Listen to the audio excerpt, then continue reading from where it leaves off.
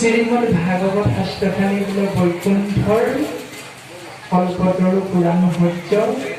এই ভাগৱত শাস্ত্ৰখানি নিৰ্গুণ ব্ৰহ্ম প্ৰভু ভগৱন্ত ঈশ্বৰ কৃষ্ণৰ মুখৰ বাণী বুলি কোৱা হৈছে যে বৈকুণ্ঠৰ শাস্ত্ৰ কৃষ্ণ মুখৰ বচন তাৰ কি তত্ত্ব কপাই যেই হে জান। ইয়াৰ তত্ত্বটো ইমান সহজ নহয় আৰু আমাৰ নিচিনা মহামতী অল্পমতীৰ কাৰণেতো একেবাৰে অসম্ভৱ। তৎসত্বেও কোৱা হৈছে আজ্ঞা পৰে ভক্তি, আজ্ঞা নহলে কাৰ শক্তি। গতিকে আজ্ঞা অনুসৰি আপোনাসকল আমি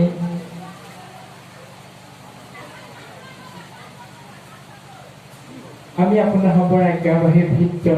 গতিকে মহাপুৰুষ কৃপালু গুৰুজনাৰ প্ৰপন্ন শিষ্য মহাপুৰুষ মাধৱ গুৰুজনাই অপূৰ্ব সৃষ্টি নামঘোষা আৰু নামঘোষাত আমি দেহধাৰী জীৱাত্মাৰ বাবে সুন্দৰ উপদেশ প্ৰদান কৰি গ'ল। কি বুলি কৈছে? হেৰা ও সেহি দুদিন কভাই দুৰ্দিন বুলিয়া মানুহ মেঘাচন্দ নহয় দুৰ্দিন হেৰাম হৰি কথাই অমৃত সম্যক অমৃত ৰখে যিটো দিন হয় বিহীন। এক উপদেশ প্ৰদান কৰিলে কি বুলি যে সেইটো দিনক ভাই দুৰ্দিন বলীয়া মানুহ। আমাৰ বোলে কলিযুগতে 100 বছৰীয়া জীৱনটোৰ সেই দিনটোৱে আমাৰ আটাইতকৈ বেয়া দিন বুলি কৃপালু গুৰুজনাই উল্লেখ কৰিছে। কোনটো দিন? সেইটো দিনক ভাই দুৰ্দিন বলীয়া মানুহ। সেইটো দিনে বোলে আমাৰ আটাইতকৈ বেয়া দিন, মেঘাচন্দ নহয় দুৰ্দিন। এই যে অলপ আগৰ পৰা আমাৰ যে মেঘেৰে বৰষুণ দি আছে আৰু আপোনালোক সমস্ত জনাই যাওঁ বুলি হয়তো ঘৰলৈ ভাবিছে, কিন্তু বৰষুণ পৰি থকাৰ কাৰণে কিন্তু যাবলৈ পৰা নাই। সেইকাৰণে হয়তো বহি আছে। গতিকে কৃপালু গুৰুজনাই কৈছে যে মেঘাচন্দ বোলে নহয় দুৰ্দিন, অৰ্থাৎ গাজি গুমৰি মেঘেৰে যি বতৰৰ সৃষ্টি কৰে, যি পৰিৱেশ সৃষ্টি কৰে, সেই পৰিৱেশত বোলে আমি যদি আছো তেতিয়াহ'লে সেই দিনটো বোলে আমাৰ বেয়া দিন নহয়। কিন্তু আমাৰ বেয়া দিন কোনটো বুলি কৈছে?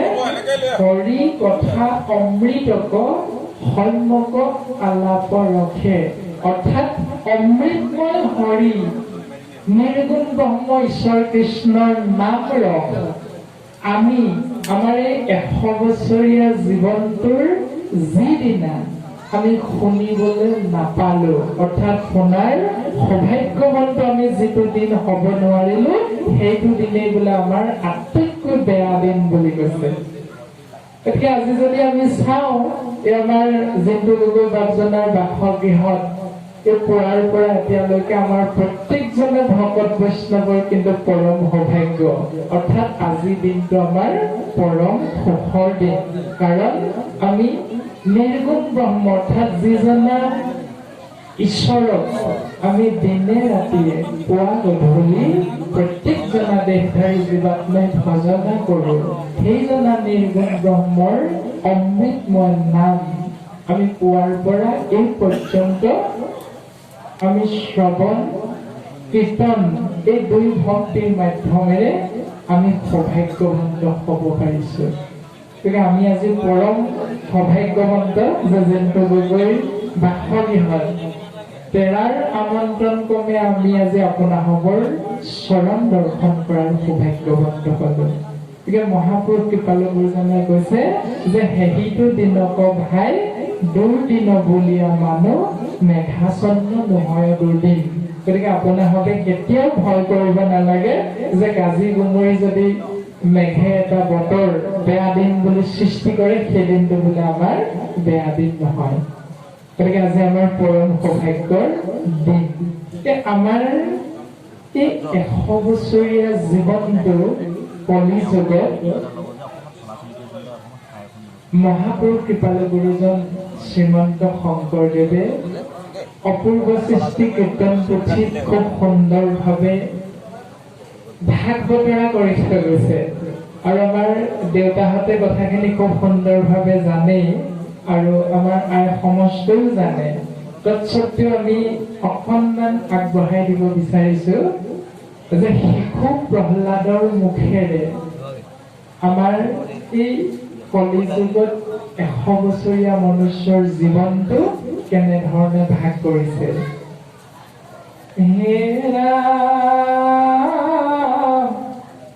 মনুষ্যৰ আয়ুসত বৰিষ সংখ্যাত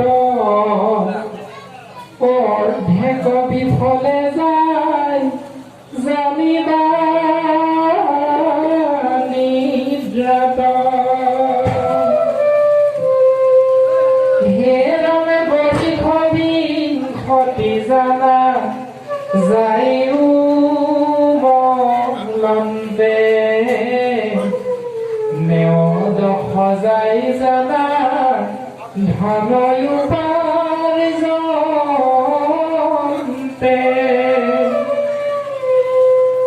আমাৰ বোলে মনুষ্যৰ জীৱনটো হেনো 100 বছৰ আৰু এই 100 বছৰ পোৱাৰ পাছত কৃপালু গুৰুজন বস্তুৱে শিশু প্ৰহ্লাদৰ মুখেৰে কেনেধৰণে ভাগ কৰিছে যে মনুষ্যৰ আয়ুসত বৰিষ সংখ্যাত মানুহৰ বয়সটো সংখ্যা মতে 100 বছৰ বুলি কৈছে। এই 100 বছৰ পোৱাৰ পাছত বোলে আমি অৰ্ধেক বিফলে যায় জানিবা নিদ্ৰা, অৰ্থাৎ 100ৰ আধা হ'ল 50। এই 50টা বছৰ বোলে আমি মায়া নামৰ বিচনাখনত শুই থাকোঁতেই যায়। প্ৰমাণটো কি বুলি দিলে?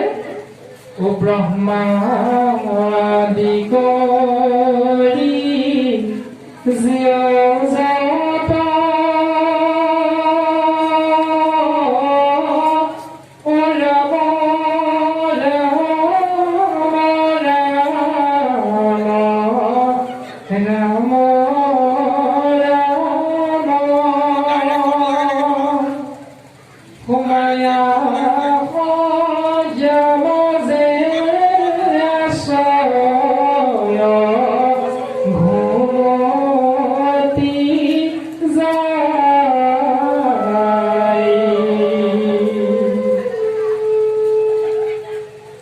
ব্ৰহ্মাকে ধৰি উৰণ বৰণ গজন আৰু ভ্ৰমণ এই চাৰিওমুঠি জীৱ বোলে মায়া নামৰ বিচনাখনত শুই থাকে বুলি কৈছে।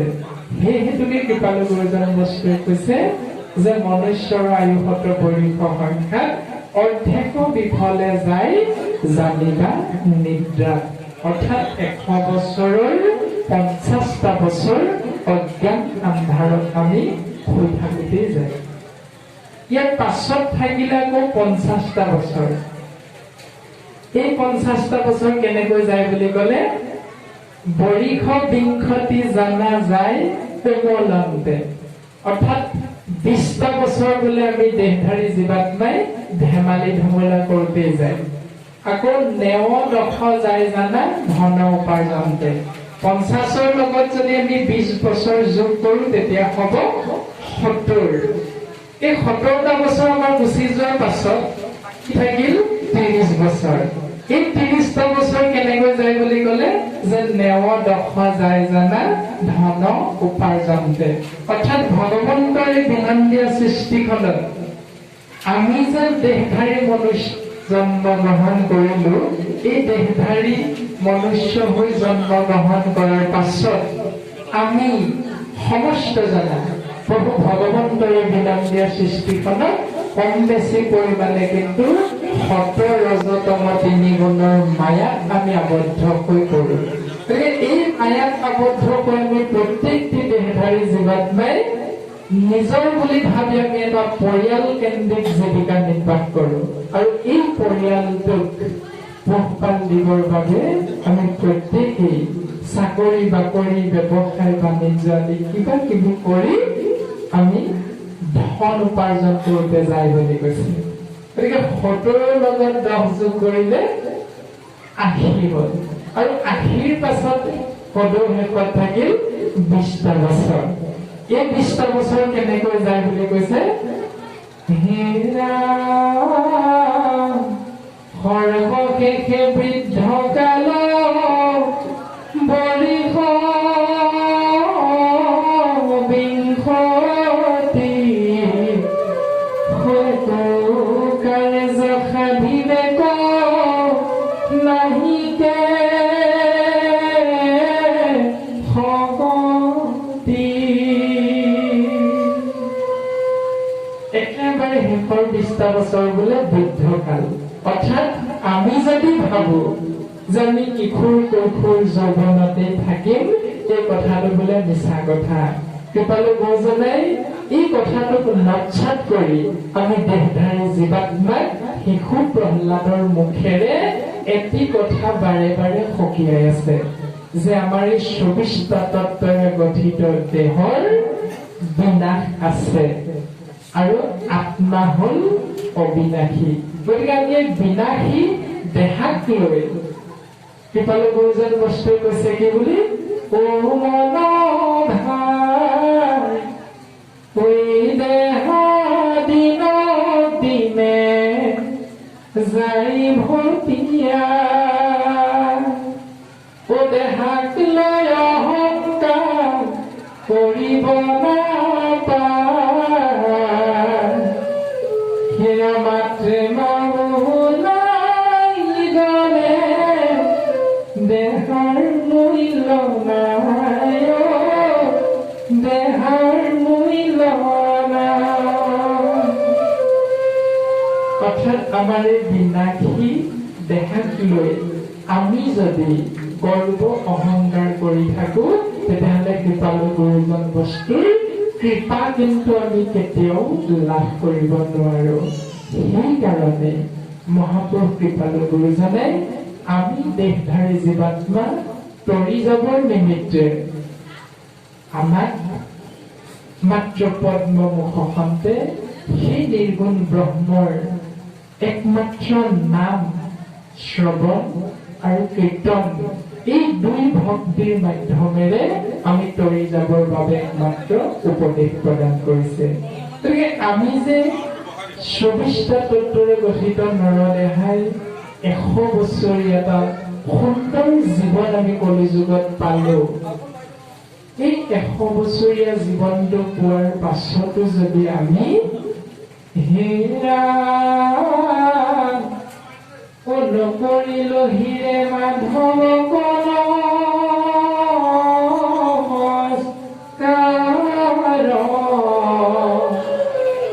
ইটো নাথাকোত মোৰ ভৰিল ভাৰ, হে ৰাম কৰ্ণ দুই থাকন্তে নহৰি হৰি কথা, দুটা গৰ্দৰ ভাৰ বহিলো বৃথা।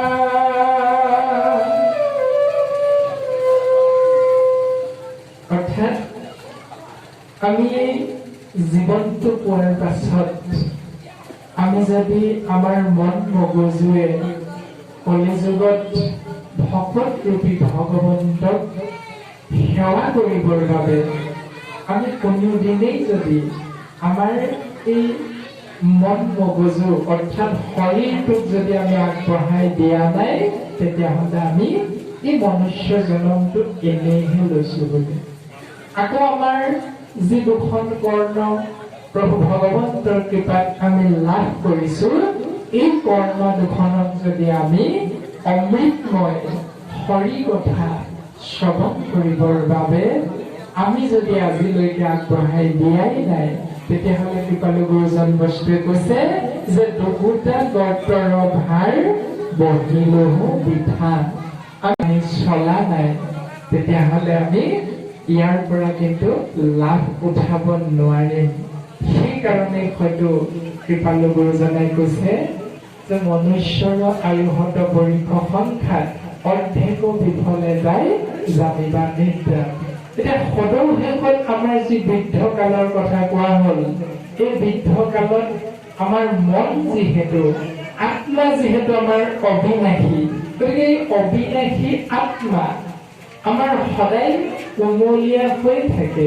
গতিকে ই সদায় কৰ্ম কৰিব বিচাৰে, কিন্তু আমাৰ যি দেহত যি সজাত এই অবিনাশী আত্মা স্থিত হৈ থাকে, সেই দেহাই কিন্তু শক্তি নাপায়। অৰ্থাৎ বৃদ্ধকাল হোৱাৰ লগে লগে আমাৰ শক্তি নাইকিয়া হয়, যে ডেকা বয়সতে কৰিব পৰা কৰ্মটো আমি কিন্তু বৃদ্ধকালত কৰিব নোৱাৰো। গতিকে কৃপালু গুৰুজন বস্তুৱে আমাক এই ভাগৱত শাস্ত্ৰৰ সৰ্বপ্ৰথমে কৰ্ম মাৰ্গৰ কথা কোৱা হ'ল। ভাগৱত শাস্ত্ৰৰ প্ৰথম স্কন্ধৰ প্ৰথমতেই 28 সহস্ৰ ঋষি বেদত প্ৰধান বিষ্ণুৰ নৈমিষ ক্ষেত্ৰ মহাপুণ্যস্থান। এই 28 সহস্ৰ ঋষিৰ কথা প্ৰকাশ কৰিছে। এই 28 সহস্ৰ ঋষি কৰ্ম মাৰ্গৰ পথটোত তেওঁলোকে নিজকে আগবঢ়াই দিছিলে। কৰ্ম মাৰ্গ অৰ্থাৎ কৰ্ম কাণ্ডে বুলি কোৱা হৈছে। এই পথটো তেওঁলোকে আঁকোৱালি লৈছিল 28 সহস্ৰ ঋষিয়ে। গতিকে এই কৰ্ম মাৰ্গটোৰ কথা কৃপালু গুৰুজনাই সৰ্বপ্ৰথমে আমাক ত্যাগ কৰিবৰ বাবে উপদেশ প্ৰদান কৰিলে। কিন্তু আমি 100 বছৰীয়া জীৱনটো পোৱাৰ পাছতো আমাৰ সমাজ ব্যৱস্থাত এটা কথা আমি দেখিবলৈ পাওঁ যে দেউতাসকলে আমাক কয় কি বুলি, সেই তহঁতে এতিয়া ধৰ্ম কৰ্ম কৰিবৰ বয়স হোৱা নাই, তহঁতে ইয়ালৈ নাহিবি। আজিৰ পৰা কিন্তু 10 বছৰমান আগলৈকে এই কথাটো চলি আছে। আপোনালোকে পাইছে নাই নাজানো, আপোনালোকৰ এই সমাজ ব্যৱস্থাত আছে নে নাই কিন্তু আমি নাজানো।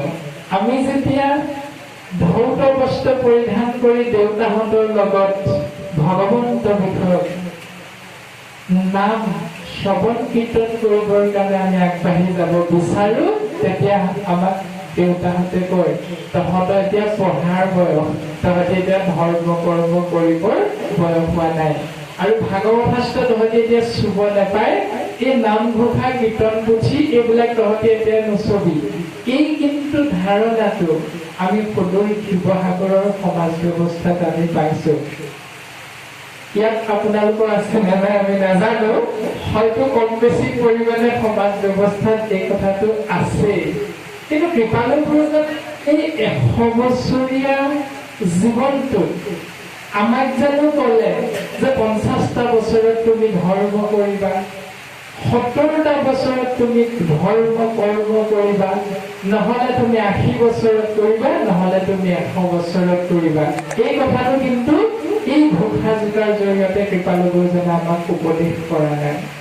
উপদেশ প্ৰদান এটাই কৰিলে, কি বুলি ক'লে, হেৰা ও হে নাজানে শিশু হব ও এৰা নকৰব ও ধৰি কুমাৰ কালে ভাগৱত ধৰিব। হেন জানি অৰ্থাৎ এই ওপৰত কৈ অহা 100 বছৰীয়া জীৱনটোৰ কৰ্মৰাজিৰ কথা কোৱা হৈছে।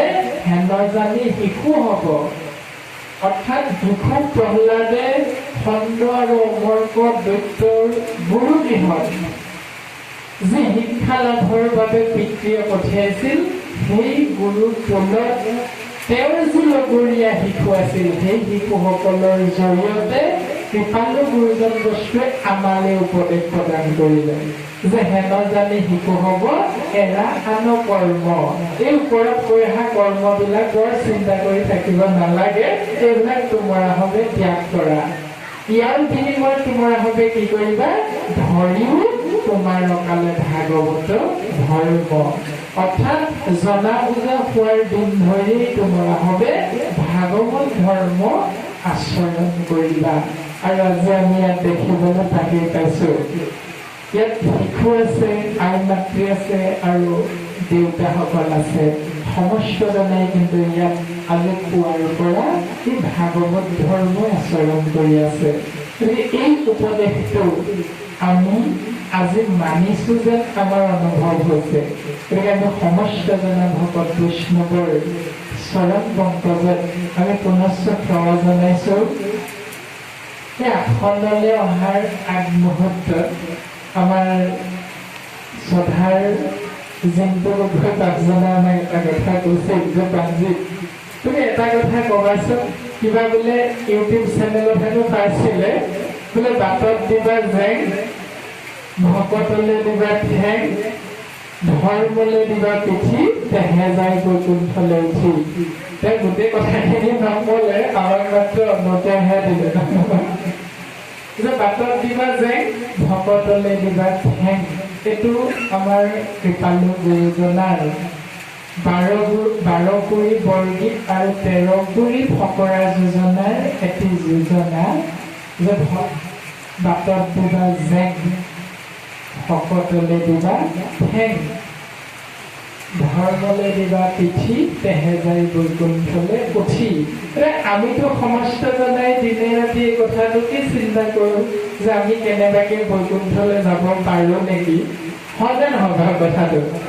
নিশ্চয় আমি প্ৰত্যেকে বৈকুণ্ঠলৈ যাবলৈ ইচ্ছা কৰোঁ, কোনেও আমি নৰকলৈ যাব নিবিচাৰোঁ। গতিকে বৈকুণ্ঠলৈ যদি আমি যাবৰ ইচ্ছা প্ৰকাশ কৰোঁ, তেতিয়াহ'লে কৃপালু গুৰুজনে আমাক 3টা চৰ্ত প্ৰদান কৰিলে। এটা চৰ্ত হ'ল, প্ৰথমে ক'লে বাটত দিবা জেং। বাটটো কোনটো কথা কোৱা হৈছে? ভাগৱত শাস্ত্ৰৰ 1ম স্কন্ধ আৰু 2য় স্কন্ধ। এই 2টা স্কন্ধতে খুব সুন্দৰভাৱে উপদেশ প্ৰদান কৰিলে যে কৰ্ম মাৰ্গ, মাৰ্গ মানে হ'ল পথ বা বাট, আৰু জ্ঞান মাৰ্গ। এই 2টা পথতেই, এই 2টা বাটতেই আমাক জেং দিবৰ কাৰণে কৃপালু গুৰুজনাই উপদেশ প্ৰদান কৰিলে যে বাটত দিবা জেং। জেং দিয়া মানে অৰ্থটো হ'ল ত্যাগ কৰা, অৰ্থাৎ পৰিহাৰ কৰা। আমি যদি কৰ্ম মাৰ্গত আছো, কৰ্ম কৰিব লাগিব, আৰু আমি যদি কেতিয়াবা জ্ঞান মাৰ্গত চলি আছো, তেতিয়াহ'লে সেই জ্ঞান মাৰ্গটো আমি ত্যাগ কৰিব লাগিব। কাৰণ ভগৱন্ত পুৰুষে 11 স্কন্ধত তেওঁৰ পৰম বান্ধৱ উদ্ধৱক প্ৰকাশ কৰিলে যে নপাৱৈ নহ'ব জ্ঞানী কৰ্মী কদাচিত। অৰ্থাৎ জ্ঞান মাৰ্গ আৰু কৰ্ম মাৰ্গৰ পথেৰে যদি